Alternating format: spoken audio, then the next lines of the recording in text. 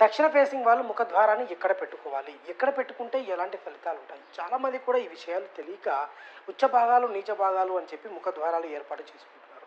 ఈ వీడియో పూర్తి వీడియో చూస్తే దక్షిణ ఫేసింగ్ వాళ్ళు ముఖద్వారాన్ని ఎక్కడ ఏర్పాటు చేసుకోవాలి అనేది తెలుస్తుంది. నమస్తే వాస్తు పురుషాయ భూషయ్యాభిరత్ ప్రభు మద్గృహం ధన ధాన్యాది సమృద్ధం కురు సర్వదా. ప్రేక్షకులందరికీ నమస్కారం అండి. ఈరోజు మన వీడియోలో దక్షిణ ఫేసింగ్ వాళ్ళు ముఖద్వారాన్ని ఎక్కడ ఏర్పాటు చేసుకోవాలి అంటే, ఈ రోజుల్లో చాలామంది కూడా ఉచ్చ భాగాలు నీచ భాగాలు అని మనం ద్వార స్థాపన అనేది చేస్తున్నాం. కానీ అసలు మనకు శాస్త్రం ఏ విధంగా చెప్పింది, ఏ విధంగా పాటించమని చెప్పింది, ఏ విధంగా ద్వార స్థాపన చేయాలి అని చెప్పింది. ఈరోజు పూర్తి వీడియో చూడండి. దక్షిణ ఫేసింగ్ వాళ్ళు ఎక్కడ ముఖద్వారాన్ని పెట్టుకుంటే ఎలాంటి ఫలితాలు కలుగుతాయి చూడండి. మనం ఎప్పుడైనా కూడా తూర్పులో ఏ విధంగా ఏర్పాటు చేసుకోవాలి ముఖద్వారాన్ని అన్న వీడియో కింద లింక్ ఇస్తాను చూడండి. తూర్పు ఫేసింగ్ వాళ్ళు కూడా ఎక్కడ ఏర్పాటు చేసుకోవాలి, ఎక్కడ ఏర్పాటు చేసుకుంటే ఎలాంటి ఫలితాలు కలుగుతాయి మన ఛానల్లో ఫుల్ వీడియో ఉంది చూడండి. అయితే ఈరోజు దక్షిణ ఫేసింగ్ వాళ్ళు ఎక్కడ ఏర్పాటు చేసుకోవాలి, ఏర్పాటు ఏ విధంగా చేసుకోవాలి మీరు ఇక్కడ చూడండి. మనం ఇంటి మొత్తాన్ని కూడా 9x9 ఏకాశీతి పదవాస్తు 89 గ్రిడ్స్ ఈ విధంగా ఏర్పాటు చేసుకోవాలి. ఏ ఇల్లు కట్టాలన్నా కూడా ఫస్ట్ ఈ నియమాలన్నీ కూడా మనం తెలుసుకోవాలి. తర్వాత 9x9 మనం గళ్ళు ఏర్పాటు చేసుకున్న తర్వాత మీ ఇంటిని అవుటర్ నుంచి అవుటర్ వరకు కూడా టేప్తో, ఐరన్ టేప్ అనేది మీరు ఇంటికి వినియోగించండి. ప్లాస్టిక్స్ కానీ ఇవన్నీ కూడా ఎప్పుడు కూడా వినియోగించకండి. తేడా వచ్చే అవకాశం అనేది ఉంటుంది కొలతల్లో. ఐరన్ టేపు గట్టిగా ఉంటుంది, ఐరన్ టేపు మెజర్మెంట్ యాక్యురేట్గా ఉంటుంది. అది ఇక్కడ చూడండి. టేప్ తీసుకుని మీరు మీ ఇంటిని అవుటర్ టు అవుటర్ కొలవండి. ఇది ఒక ఇంటికి సంబంధించినటువంటి డ్రాయింగ్. ఎందుకంటే ఇది స్థలం కాదండి, కేవలం మీ ఇల్లు. మీ ఇల్లు ఈ విధంగా ఇన్ని భాగాల ప్రకారంగా 9x9 ఏకాశీతి పదవాస్తు ప్రకారంగా మీరు డిజైన్ చేసుకోండి. అవుటర్ టు అవుటర్ మీరు కొలత తీసుకోండి. తీసుకున్న తర్వాత ఇంటూ 9 చేయండి. 9 భాగాలు కాబట్టి ఏ భాగంలో పెట్టుకుంటే ఎలాంటి ఫలితాలు ఉంటాయి ఇక్కడ చూడండి. ఫస్ట్ అనిల, పూష, విదథ, గృహక్షత, యమ, గంధర్వ, భృంగరాజ, మృగ, పితృగుణ. వీళ్ళు దిక్పాలకులు, మన ఇంటికి సెక్యూరిటీ దిక్పాలకులు, దేవతలు. మీకు అర్థం కావడానికి చెప్తున్నాను. తర్వాత ఈ 9 భాగాలలో మీరు ఎక్కడ ఏర్పాటు చేసుకుంటే వీళ్ళు ఎలాంటి ఫలితాన్ని మనకు అందజేస్తారు ఇక్కడ చూడండి.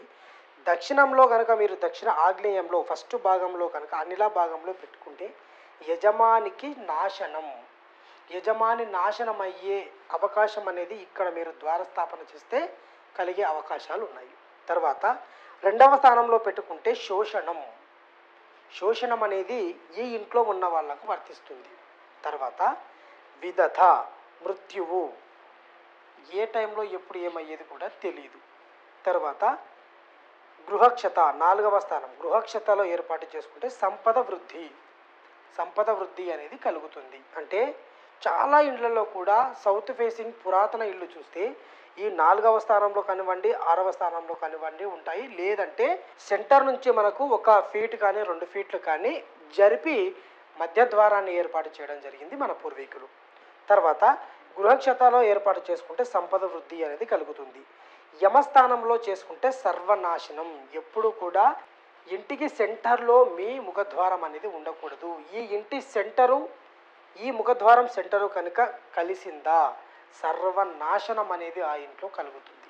తర్వాత గంధర్వ స్థానంలో ఏర్పాటు చేసుకుంటే కర్మల వృద్ధి అనేది ఆ ఇంట్లో కలుగుతుంది. తర్వాత 7వ స్థానంలో భృంగరాజ స్థానంలో ఏర్పాటు చేసుకుంటే విపత్తు అనేది ఆ ఇంట్లో సంభవించే అవకాశం అనేది ఉంటుంది.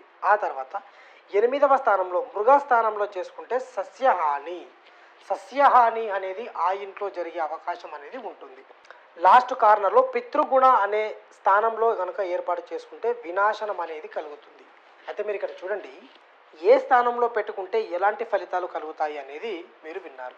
దీన్ని బట్టి చూస్తే ఎప్పుడు కూడా దక్షిణ ఫేసింగ్ వాళ్ళు ఈ కార్నర్లో ఎప్పుడు కూడా ఏర్పాటు చేయకండి. దక్షిణ ఫేసింగ్ అని కాదండి, ఏ ఫేసింగ్ అయినా కూడా కార్నర్లో మీకు ఇలాంటివే కనిపిస్తాయి ఫలితాలన్నిటికీ. దక్షిణ ఫేసింగ్ వాళ్ళు ఎప్పుడైనా కూడా గృహక్షత, తర్వాత గంధర్వ యమస్థానం నుంచి ఇటైనా యమస్థానం నుంచి అటైనా కూడా ఏర్పాటు చేసుకోండి తప్ప సెంటర్లో ఎప్పుడు కూడా ఏర్పాటు చేయకండి. అది యమస్థానం, సర్వనాశనం అనేది ఆ ఇంట్లో కలుగుతుంది. అయితే మీరు ఇక్కడ గమనించవలసిన విషయం ఏంటంటే కేవలం ముఖద్వారాన్ని పెట్టుకుంటేనే ఈ ఫలితాలు అనేటివి కలుగుతాయా? ఈ ఫలితాలు కలగకుండా ఉండాలి, సరైన స్థానంలో పెట్టాలి అంటే మీ ఇంటి నమూనా కూడా ఈ విధంగానే ఉండాలి.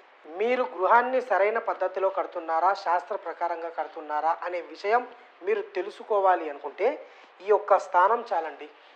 మీరు పెట్టేటువంటి గృహస్థానం ఏదైతే ఉందో ద్వారస్థానాన్ని బట్టే మీ ఇల్లు డిజైన్ అనేది ఆటోమేటిక్గా మీకు తెలిసిపోతుంది. ఫస్ట్ మీరు దీనిని ఇంప్లిమెంటేషన్ చేశారంటే సగం నెగిటివ్ అనేది వెళ్ళిపోయినట్టే.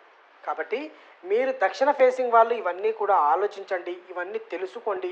ఈ నియమాలన్నీ కూడా తెలుసుకొని ద్వారస్థాపన అనేది చేయకండి. ఎట్లా పడితే అట్లా మనం సెంటర్లో ఒక లైన్ గీసుకొని ఉచ్చ భాగాలు నీచ భాగాలు అని చెప్పి మనం డోర్స్ అనేటివి ఏర్పాటు చేసుకుంటున్నాం. ఇట్లా ఏర్పాటు చేసుకొని మనం ఈ విధంగా 3 కానీ ఈ 3 ప్లేస్ల కంటే 4వ ప్లేస్కు మ్యాక్సిమం రావట్లేదు. మనం చాలా ద్వారాలు కూడా అబ్జర్వ్ చేశాం. కానీ మీకు ఒకవేళ ప్లేస్ ఉంది, మాకు ఎక్కడా కూడా వద్దండి, మాకు అర్థమయ్యే భాషలు చెప్పండి, మాకు అర్థమయ్యే విధంగా చెప్పండి అంటే ఏమీ ఆలోచన చేయకుండా ఈ 4వ స్థానంలో పెట్టుకోండి, కథం. దీనికి మించిన స్థానం అనేది లేదు.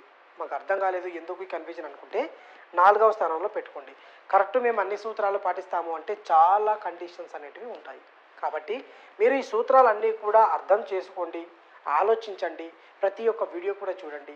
మన విజ్ఞాన వాస్తులో ప్రసారం అయ్యే ప్రతి ఒక్క వీడియో మీరు చూస్తే మీకు మీరే సొంతంగా ఇల్లు అనేది ఏర్పాటు చేసుకుంటారు, ప్లాన్ కూడా మీరే తీసుకుంటారు. కాబట్టి మన ఛానల్లో ప్రసారం అయ్యే ప్రతి ఒక్క వీడియో చూడండి, ప్రతి ఒక్క వీడియోను లైక్ చేయండి. ఎందుకంటే మీరు ఒక్క లైక్ చేయడం వల్ల మీలాంటి ఇంకొందరికి కూడా సజెషన్ చేసే అవకాశం ఉంటుంది. ఈ మిస్టేక్స్ చేయకుండా కాపాడిన వాళ్ళు అవుతారు.